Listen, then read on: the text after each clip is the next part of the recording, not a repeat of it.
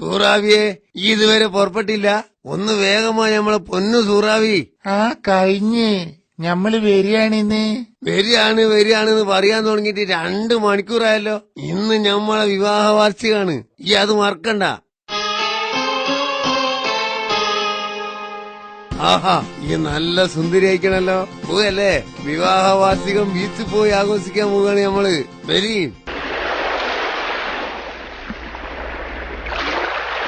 നിന്റെ സൂറാവി 500 കൊല്ലം കൂടി നിന്റെ കൂടെ ദുനിയാവില് ജീവിക്കണമെന്നാണ് നമ്മളെ പൂതി. അതൊരു വല്ലാത്ത പൂതിയാണല്ലോ ഗഫൂർക്ക. അത്രയൊന്നും ആയുസ് മനുഷ്യന്മാർക്ക് പഠിച്ചോൻ തന്നിട്ടില്ല. അത് ഞമ്മക്കറിയാന്ന്, പക്ഷെ ആഗ്രഹിക്കുന്നോണ്ട് കുഴപ്പമില്ലല്ലോ. സൂറാവി, ഞമ്മക്ക് കയ്യും പിടിച്ച് ബീച്ചിൽ കൂടി ഒരു പാട്ടും പാടി നടന്നാലോ? സിനിമയിലൊക്കെ അങ്ങനെയാണ്. നിങ്ങൾ മിണ്ടാതെ അവിടെ ഇരുന്നോളി, ഞമ്മക്ക് നാണായിട്ട് പാടില്ല. എന്തിനാപ്പൊ നാണിക്കണത്? എന്റെ കെട്ടിയോന്റെ കയ്യാലേക്ക് വിളിക്കണ്. വേണ്ട, എന്നാലും ഞമ്മക്ക് നാണാവും. സൂറാവി, ഞമ്മൾ എന്നോടൊരു ചോദ്യം ചോദിക്കട്ടെ? ചോയ്ക്ക്. ഞമ്മള് മരിച്ചുപോയാ ഈ വേറെ കല്യാണം കഴിക്കോ?